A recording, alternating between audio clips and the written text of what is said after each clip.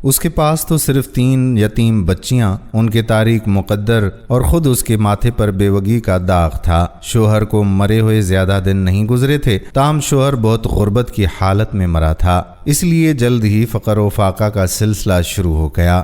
کس سے دستے سوال دراز کرتی، فاقے پہ فاقے۔ سوچا کہ چلو قاضی شہر کے پاس اس سے امداد کی درخواست کریں۔ قاضی نے معاذرت کر دی کہ دفتر کے اوقات ختم ہو گئے ہیں، اس لیے آپ کل آئیں۔ نہایت ہی فکر مندی کے ساتھ واپس آئیں، یعنی ایک رات اور بھی فاقوں کے ساتھ گزارنی پڑے گی۔ یتیم بچیوں نے صبر کا سل سینے پر رکھ دیا اور انتہائی بے چینی سے بھوک کے عالم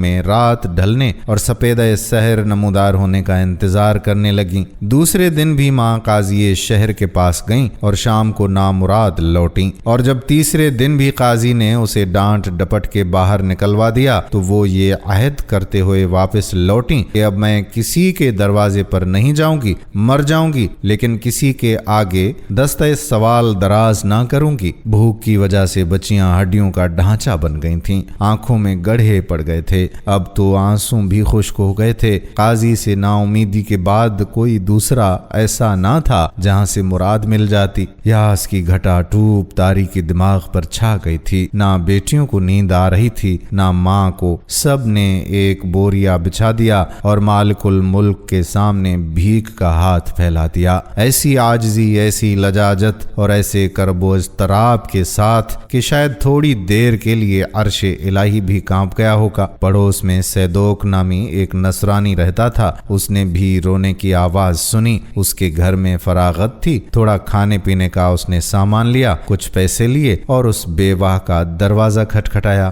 کہا کہ بہن آپ یہ قبول کر لیں، ایک پڑوسی کا پڑوسی پر جو حق ہوتا ہے اس کے تحت لایا ہوں۔ بیواہ نے سامان قبول کر لیا، پکایا، کھایا اور بچوں کے ساتھ پڑھ کر سو گئی۔ اسی رات قاضی نے خواب میں دیکھا کہ میدان حشر بپا ہے، ایک فرشتہ اسے پکڑ کر ایک محل کے پاس لے گیا اور قاضی کو دکھلا کر یہ کہا کہ پہلے یہ محل تیرے لیے بنا تھا اور اب یہ سیدوک نامی نصرانی کو دے دیا گیا ہے کہ اس نے اپنی بیوہ پڑوسن کی مدد کی تھی جسے تو نے دھتکار دیا تھا۔ سیدوک کو جب قاضی کے اس خواب کی اطلاع ملی تو اس نے سوچا کہ اعمال تو میرے اسلامی ہیں، اقرار کر کے مسلمان کیوں نہ ہو جاؤں۔ اس طرح وہ قاضی کے محل کا وارث بھی بن گیا۔ دوستو، اپنے پڑوس میں موجود تمام تر بیواؤں اور یتیم بچوں کا خیال رکھیں۔ اللہ سے دعا ہے کہ اللہ تعالی ہمیں دوسروں کی مدد کرنے کی توفیق عطا فرمائے، آمین۔ ویڈیو پسند آئی ہو تو شیئر ضرور کیجیے۔